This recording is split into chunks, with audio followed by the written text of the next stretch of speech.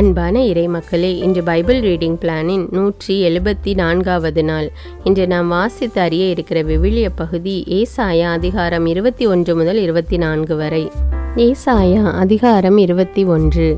பாபிலோனின் வீழ்ச்சி பற்றிய காட்சி. கடலை அடுத்த பாலை நிலம் குறித்த திருவாக்கு.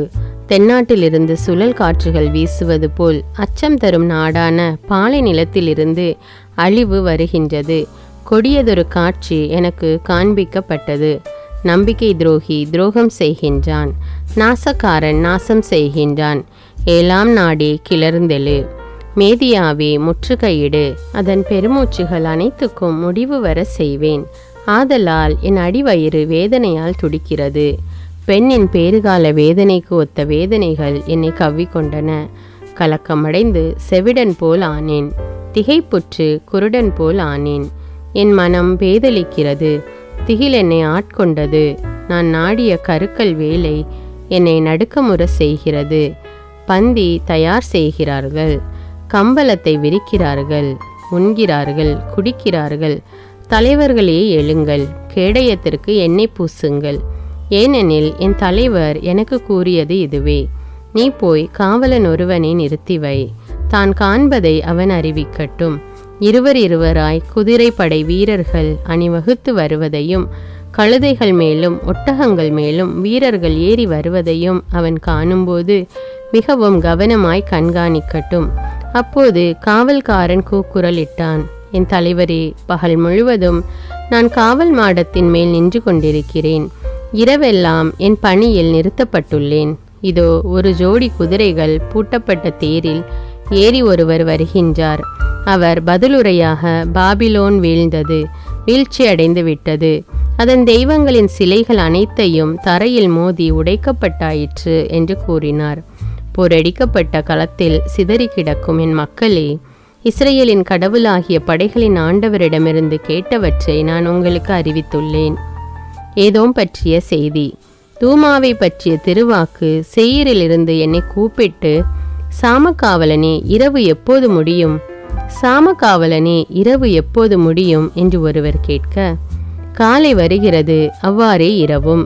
கேட்பதென்றால் கேளுங்கள், மீண்டும் திரும்பி வாருங்கள் என்று சாமக்காவலன் கூறினான். அரேபியாவை குறித்த செய்தி. அரேபியாவை குறித்த திருவாக்கு. தெதானின் வணிக பயணிகளே, அரேபியாவின் பாலைநில சோலைகளில் நீங்கள் கூடாரம் அடியுங்கள். தேமா நாட்டில் குடியிருப்போரே, தாகமுற்றோருக்கு தண்ணீர் கொண்டு வாருங்கள். அகதிகள் உணவுடன் சென்று சந்தியுங்கள். ஏனெனில் வாள்களுக்கு தப்பி அவர்கள் ஓடுகின்றார்கள். உருவிய வாளுக்கும் நானேற்றிய வில்லுக்கும் போரின் கடுமைக்கும் அஞ்சி ஓடுகின்றார்கள்.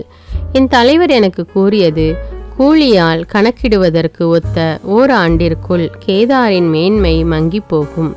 கேதார் மக்களுள் வலிமை வாய்ந்த வில்வீரர்களுள் எஞ்சினோர் மிக சிலராகவே இருப்பர். ஏனெனில் இஸ்ரேலின் கடவுளாகிய ஆண்டவரே இதை கூறியுள்ளார். ஏசாயா அதிகாரம் 22. எருசலேம் எச்சரிக்கப்படல். காட்சி பள்ளத்தாக்கை குறித்த திருவாக்கு. வீட்டு கூரைகளின் மேல் நீங்கள் அனைவரும் ஏறியிருக்கிறீர்களே, உங்களுக்கு நிகழ்ந்தது என்ன?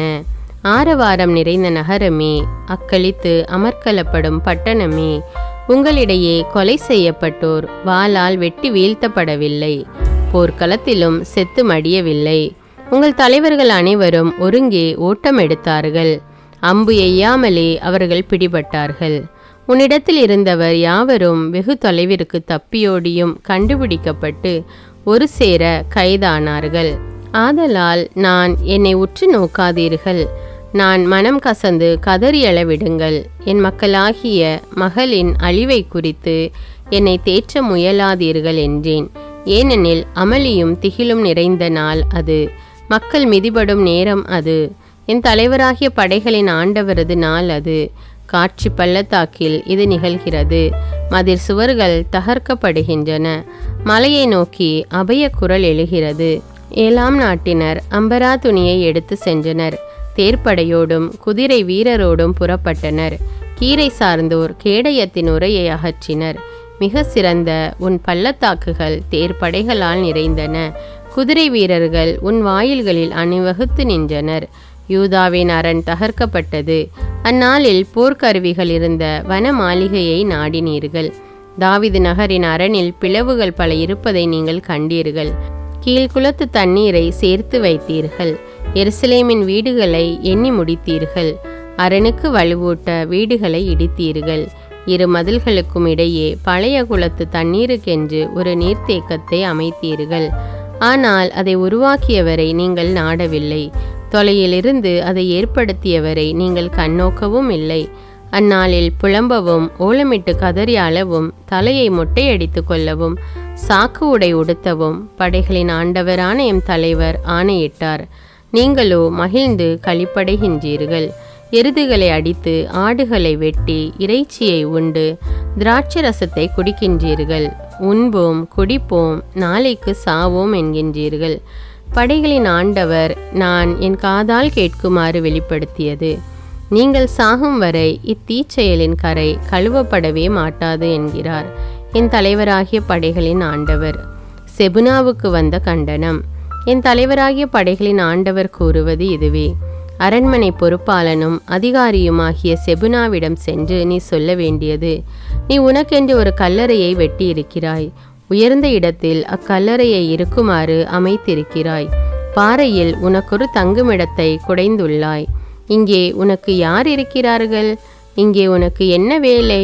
ஓ மனிதா, ஆண்டவர் உன்னை தள்ளிவிட்டு தூக்கி எறிவார். உன்னை கெட்டியாய் மடக்கி பிடித்து சுற்றி சுற்றி உன்னை சுழற்றி பறந்து விரிந்த நாட்டிலே பந்தாடுவார். அங்கே நீ செத்து மடிவாய். உன் தலைவனின் குடும்பத்திற்கு இழுக்கானவனே, உன் மேன்மை மிகு தேர்ப்படைக்கும் அதே நிலைதான். உன்னை உன் பதவியிலிருந்து இறக்கி விடுவேன். உன் நிலையிலிருந்து கவிழ்த்து விடுவேன். அந்நாளில் இல்கியாவின் மகனும் என் ஊழியனுமாகிய எலியாக்கிமை நான் அழைத்து உன் அங்கியை அவனுக்கு உடுத்தி உன் கச்சையை அவன் இடுப்பில் கட்டி உன் அதிகாரத்தை அவன் கையில் ஒப்படைப்பேன். எருசலேமில் குடியிருப்போருக்கும் யூதா குடும்பத்தாருக்கும் அவன் தந்தையாவான்.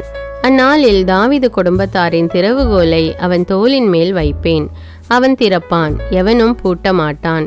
அவன் பூட்டுவான், எவனும் திறக்க மாட்டான். உறுதியான இடத்தில் அவனை முளை போல அடித்து வைப்பேன். அவன் தன் தந்தையின் குடும்பத்தாருக்கு மேன்மையுள்ள அரியணையாக இருப்பான். ஆனால் அவன் தந்தை குடும்பத்தினராகிய பிள்ளைகளும் பேரப்பிள்ளைகளும் சிறு கலயங்கள் கிண்ணங்கள் முதல் கலயங்கள் குடங்கள் வரையுள்ள அனைத்து கலங்களைப் போல் அவன் மேல் சுமையாக மாட்டி தொங்கினர். படைகளின் ஆண்டவர் உரைத்தது: அந்நாளில் உறுதியான இடத்தில் அடிக்கப்பட்ட முளை பெயர்ந்து முறிந்து கீழே விழும். அதில் தொங்கிய சுமையும் வீழ்ந்து அழியும் என்கிறார் ஆண்டவர். ஏசாயா அதிகாரம் 23. தீர் பற்றிய செய்தி. தீர் நாட்டை குறித்த திருவாக்கு. தர்சீசின் மரக்கப்பல்களே கதறி அழுங்கள். தீரின் வீடுகள் இல்லாதபடிக்கும் வருவார் போவார் இல்லாதபடிக்கும் பாழாய் போய்விட்டது. சைப்ரஸ் நாட்டிலிருந்து இச்செய்தி அவர்களை வந்தடைகின்றது. கடற்கரை நாட்டோரே, சீதோன் வணிகரே, வாய் திறவாதீர். உங்கள் தூதர் கடல் கடந்து வந்தனர். பல இனத்தாரோடும் நீங்கள் வணிகம் செய்கின்றீர்கள். சீகோர் ஆற்றின் பெருவெள்ளத்தில் விளைந்த தானியமும் நைல் நதியின் அறுவடையுமே உங்கள் வருமானம். சீதோனே வெட்கப்படு. நான் பேறுகால வேதனை அடையவில்லை. பிள்ளையை பெற்றெடுக்கவில்லை. இளைஞரை பேணவும் இல்லை. கன்னிப்பெண்களை காக்கவும் இல்லை என்று கடல் சொல்கின்றது.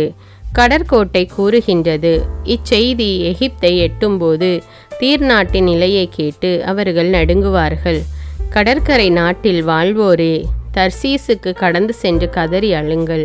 பண்டை காலம் முதல் நிலை பெற்று களிப்பு மிகுந்த நகர் இதுதானா? தொலை தூரத்திற்கு சென்று குடியேறுமாறு அடியெடுத்து வைத்த நகராயுது? அரசருக்கு மணிமுடி சூட்டி வந்ததும் இளவரசர்களை போன்ற வணிகரை கொண்டதும் உலகத்தில் மதிப்புமிக்க வணிகர்களை பெற்றிருந்ததுமான தீருக்கு எதிராக இதை திட்டமிட்டது யார்? செருக்குற்றோர் சீர்குலையவும் நாட்டில் மதிப்பு பெற்றோர் அனைவரும் அவமதிப்பு அடையவும் படைகளின் ஆண்டவர் இதை திட்டமிட்டார். தர்சீசின் மகளே, உன் நிலத்தை உழுது பண்படுத்து. இனி இங்கு துறைமுகமே இராது. கடலுக்கு மேலாக ஆண்டவர் தம் கையை ஓங்கியுள்ளார். கானானின் ஆற்றல் மிக்க புகலிடங்களை அளிக்குமாறு ஆண்டவர் ஆணை பிறப்பித்துள்ளார். ஒடுக்கப்பட்ட சீதோன் மகளாகிய கன்னிப்பெண்ணே, இனி நீ மகிழ்ச்சி அடைய மாட்டாய். எழுந்து சைப்ரஸுக்கு புறப்பட்டு போ. அங்கேயும் நீ அமைதி பெற மாட்டாய் என்கிறார் அவர்.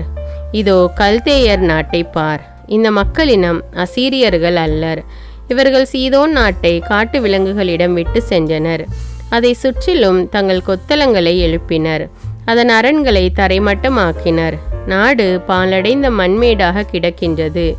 தர்சீஸின் கப்பல்களே கதறி அழுங்கள், ஏனெனில் ஆற்றல் மிகு உங்கள் அரண்கள் அழிவுற்றன. அந்நாளில் ஒரு அரசனின் வாழ்நாளான 70 ஆண்டுகள் தீர்நகர் மறக்கப்பட்டிருக்கும். 70 ஆண்டுகளுக்கு பின் விலைமாதின் கவிதையில் காணப்படுவது தீர்நகருக்கு நேரிடும். மறக்கப்பட்ட விலைமாதே, யாழினை கையில் எடுத்து நகரை சுற்றி வலம் வா. உன் நினைவு நிலைக்குமாறு இன்னிசை மீட்டு பண்பல பாடு.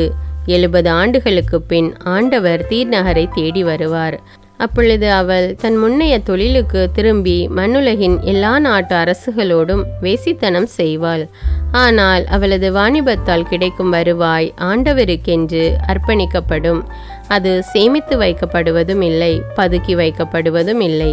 அவளது வாணிபம் ஆண்டவர் திருமுன் வாழ்வோருக்கு நிறைவளிக்கும் உணவும் சிறந்த உடையும் பெற்றுத்தரும். ஏசாயா அதிகாரம் 24. அனைத்து உலகிற்கும் எதிரான தண்டனை தீர்ப்பு.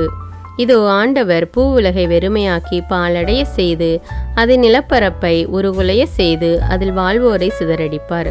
அப்பொழுது மக்களுக்கு எப்படியோ அப்படியே குருக்களுக்கும், பணியாளனுக்கு எவ்வாறோ அவ்வாறே அவன் தலைவனுக்கும், பணிப்பெண்ணுக்கு எப்படியோ அப்படியே அவள் தலைவிக்கும், வாங்குபவனுக்கு எவ்வாறோ அவ்வாறே விற்பவனுக்கும், கடன் கொடுப்பவனுக்கு எப்படியோ அப்படியே கடன் வாங்குபவனுக்கும், வட்டிக்கு கொடுத்தவனுக்கு எவ்வாறோ அவ்வாறே வட்டிக்கு வாங்கினவனுக்கும் நேரிடும்.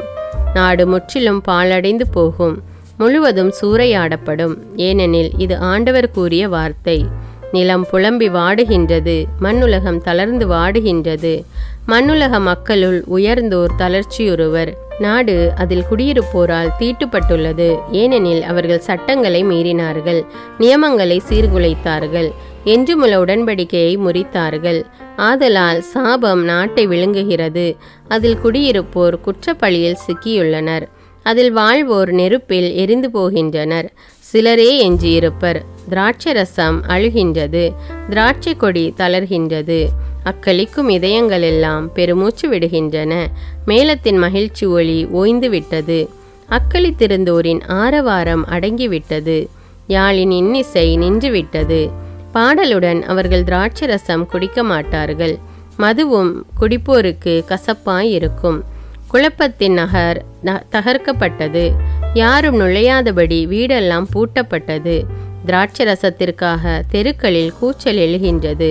மகிழ்ச்சியெல்லாம் மங்கி மறைகின்றது. விழாக்கள் நாட்டிலிருந்து அகற்றப்பட்டன. பாலடைந்த நிலையே நகரில் எஞ்சி இருக்கின்றது. நுழைவாயில்கள் நொறுக்கப்பட்டும் பாழாய் கிடக்கின்றன. நாட்டில் மக்களுக்கு நேரிடுவது ஒலிவ மரத்தை ஒழுக்குவது போலவும் அறுவடைக்கு தப்பிய திராட்சை பழங்களை பறிப்பது போலவும் உள்ளது. எஞ்சியிருப்போர் தங்கள் குரலை உயர்த்தி மகிழ்ச்சியால் ஆர்ப்பரிக்கின்றார்கள்.